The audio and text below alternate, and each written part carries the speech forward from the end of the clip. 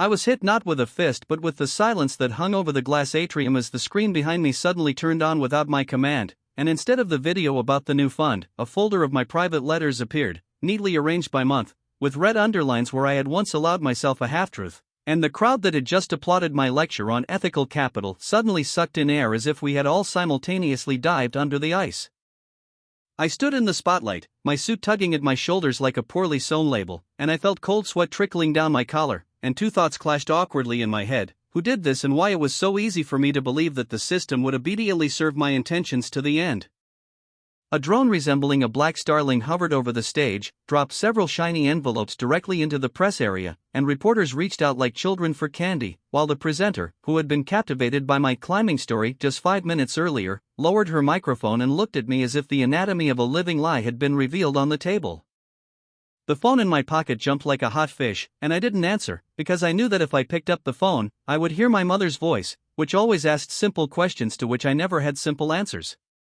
Mr. Gregory, comment, the man with the channel's logo stepped up to me, and in the scene reflected in his eyes I saw myself as small, like a child in an adult jacket, and I wanted to laugh, but my mouth was shut.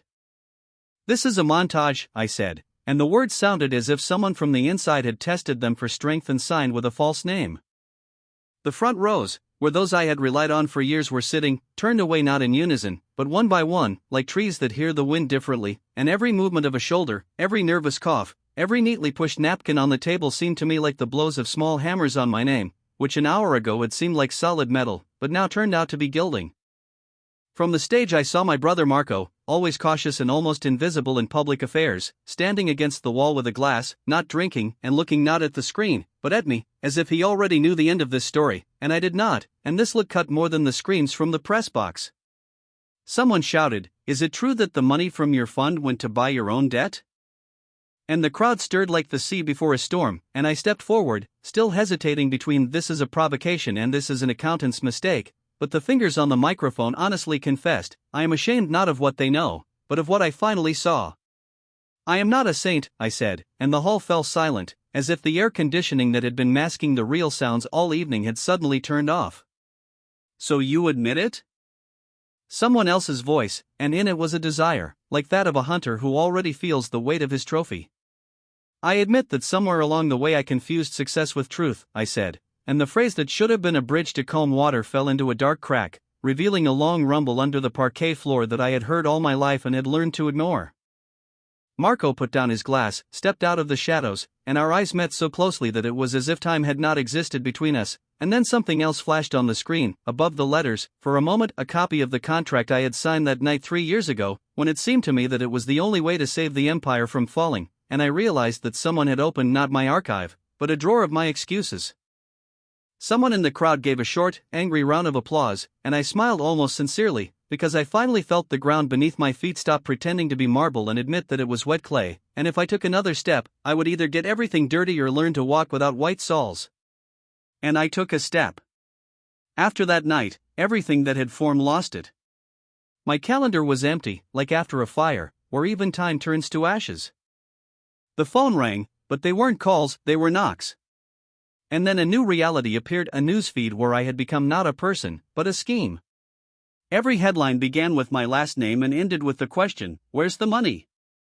I went out onto the balcony of my penthouse in the morning and felt that even the city was looking differently.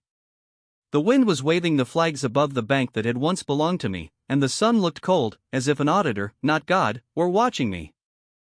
I pressed the button on the coffee machine, and instead of the usual buzz, I heard a short error.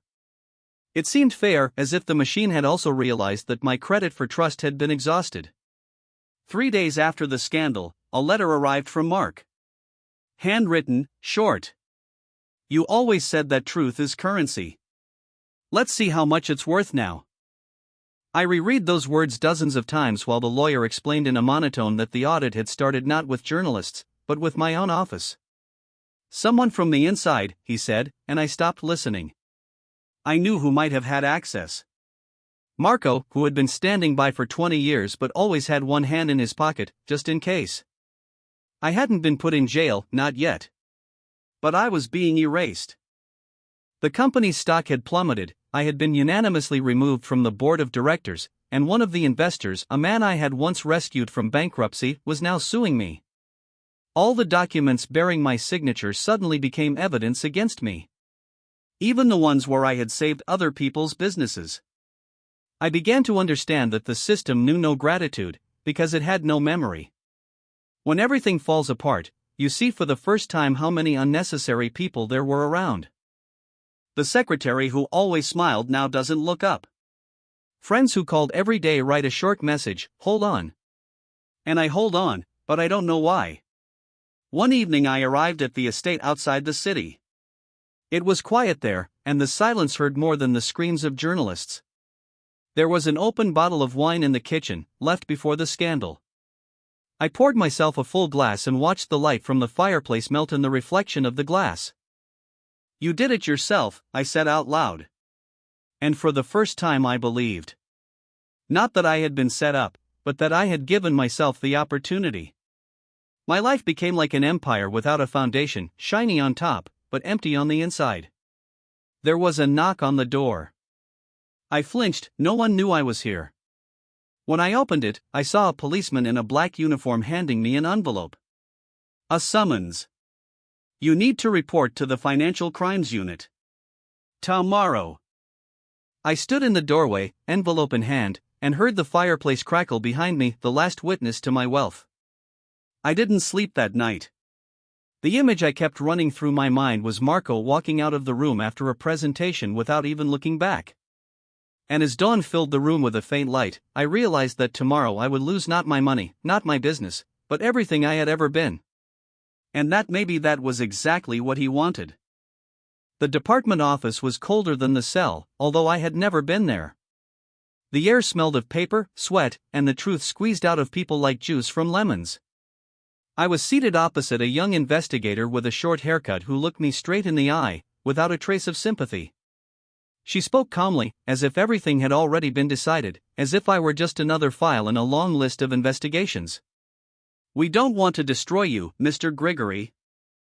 We want to understand how you were thinking." This sentence hit harder than any accusation. Because I no longer understood how I was thinking. I wanted success, power, influence, but I didn't know where my conscience had disappeared into this geometry. She opened a folder, took out a few sheets, and I saw a seal with Mark's signature. Testimony. He handed over all the company's internal documents, including the contract I tried to bury in the night 3 years ago. "Your brother says it was a forced decision," she said, not looking up. "That he wanted to stop you before you destroyed yourself." Something clicked inside me. Not anger, but something deeper. The feeling that everything I touched was turning not to gold but to poison. I signed a few papers, gave my statement, and they let me go. But instead of driving home, I walked. I just walked through the city where my face had once been on billboards, and now people recognized me and turned away from me like they were a ghost. I stopped at the bridge over the river. The wind was sharp as a memory. And then I heard a voice. "If you want to escape, you must first remember what you are running from." I looked around and there was an old man in a long coat standing by the railing. His face was familiar, but I couldn't remember where. "Do you know me?" I asked. "I used to work for you. At your first startup, before you started buying people like you bought stocks." He pulled a small flash drive out of his pocket. "Here's what's missing from your case. Documents that no one has seen. But if you open them, you can't go back." "Why are you giving them to me?" I asked. "Because even the devil deserves a chance to understand who he's become." He walked away, leaving me with the flash drive in my hand. I stood there for another 15 minutes, debating whether to put it in the water or in my laptop. In the end, I chose the latter. That night I opened the files. Inside were reports that proved Marco had signed contracts in my name, transferred funds to accounts opened under my name, and it was he who had created the scheme for which I was now being accused. But most importantly, there was a letter. A copy of a draft he had written to me. "You will never understand why I did this, but you will thank me someday. You built everything on lies. I only pressed a button to show the light. I sat in the dark, with the monitor glowing like the only light in an empty world. And I felt that the truth was not salvation. It was a sentence. Because it does not set you free, but strips you naked. But along with the horror came something else, clarity. I realized that I still had a choice, either to destroy him in return, or to try to understand why he considered this the only way out. I stood up, turned off the monitor, and said out loud, to myself, if he exposes my empire, I will expose my heart. And it will be the first time in many years. I burst into his office not as a guest but as a sentence, and the first words that broke the silence were not a question, they were a compromise I threw out the window. Marco, why? He rose from the table, and there was no excuse or regret in his eyes, the cold optics of a quiet warrior who had spent 40 years fighting for the family throne, and suddenly I realized that we had both been raised on the same story, but we had read it in different languages. I sat down and told him about the flash drive, about the city that had turned away, about the news reports, about how every signature had turned into a bullet with my name on it. He listened for a long time, and when I finished, his hands were shaking not with fear but with fatigue. I wanted to save you from yourself, he said quietly. But I didn't count the cost. You didn't save me. You burned bridges, I replied. You put my life in the hands of those who have no idea what it means to be responsible. He looked at me and said, responsibility is not a mask you wear for a performance. It's a scale that won't let you sleep while someone else is hungry because of your decisions. His voice was simple. And in that simplicity was the truth that had once irritated me, because all my life I had been driven by complexity, by the idea that only complex decisions retain power. I understood, confrontation does not take the form of a fight. It is a question, which way will you go when you are asked to choose? I could have taken two paths. The first was to destroy him by exposing all his machinations so that he would be nameless and without a legion of supporters. The second was to take responsibility for what he had built, to admit his mistakes publicly, to try to rebuild the system from within, even if it meant giving up everything to start over. I looked at my brother and saw in his determination a reflection of my own fear. We can do this, I said finally, and the words were like a step on ice. I will go public. I will remove myself from the board, hand over control to those whom society will consider trustworthy, and open the accounts. I will confess everything. But you must help me restore what is truly important, the people we have forgotten for the sake of numbers. He was silent for a long time. Then he confirmed. I will help. But you cannot do this halfway. If you confess, then to the end.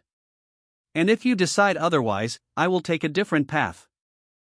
We made a deal that was not a legal document but a moral verdict, either we forgave each other through the truth, or we remain gods in ruins. That same evening I went out onto the balcony, where they had just applauded, and instead of revenge I chose a speech. I know that this could destroy me completely. I know that someone will say, this is a cunning plan. But it is better to be broken honestly than whole in a lie. I turned on the recording. And the voice in my head said the last thing before jumping, now it is all or nothing. I went on stage the next day and felt the air around me grow heavier with anticipation, as if people had gathered not to listen to me but to hear the verdict, and I spoke at length, not in short phrases, because every word had weight, and I wanted my voice to be even, so that the audience could feel every turn of my thought, as if this were not just a public confession but an attempt to open the door to that room where excuses had been hidden for years. I spoke of mistakes, of the deals I had signed under stress and fear, of those I had abandoned in the shadow of numbers, of how success had blinded me to the voices that demanded change, and when I said Mark's name, the crowd fell silent as if it had suddenly sensed a missing note in a symphony we had all once listened to together. I am not asking for your forgiveness, I said at the end, and these words sounded not as a request, but as a promise. I take responsibility and will give up control, but I ask that you give those I have let down a chance to prove that the system can work differently. There was no clear reaction after the speech. Some applauded, some shouted, some turned away, and a few people stood silently, and in their eyes I read not a verdict, but a question: can a person who has destroyed trust rebuild it? Justice had done its job, the investigation continued, some assets were seized, I temporarily lost control, and the brother who could have destroyed me completely stood by, but his decision was also burning, because the help was not free and demanded the truth without embellishment. We began to work in a new format, funds turned into support programs, audits became open, part of the profits went to the restoration of those who had once been affected by our mistakes, and it was a fragile, slow process, like an early sprout breaking through the asphalt. There was a shadow of doubt in all my actions, and I often asked myself, is it possible to be rich and honest if wealth is inseparable from influence that pushes us to compromise? Is truth more important than success if the truth destroys families and the well-being of many? I did not find a universal answer, but I learned to ask myself a different question every day. Am I ready to pay the price for the truth I have chosen, and am I ready to look people in the eye without a protective mask? As the process of recovery began to take shape, I sat alone one evening in a room with a window overlooking a city that no longer reflected my ambitions but rather human stories, and my brother came over, sat beside me without a word, and put his hand on my shoulder. "We have begun," he whispered, and there was no triumph in his voice, only weariness and a new, fragile understanding. I answered briefly, yes. And this answer was not a conclusion, but a promise that we would still pay for our mistakes, but we would pay in a transparent way.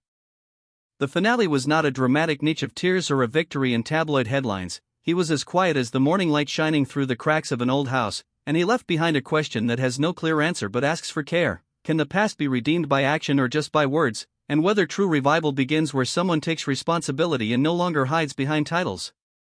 And when I closed my eyes, I felt not relief, but that the real work begins after the scene, when no one is watching.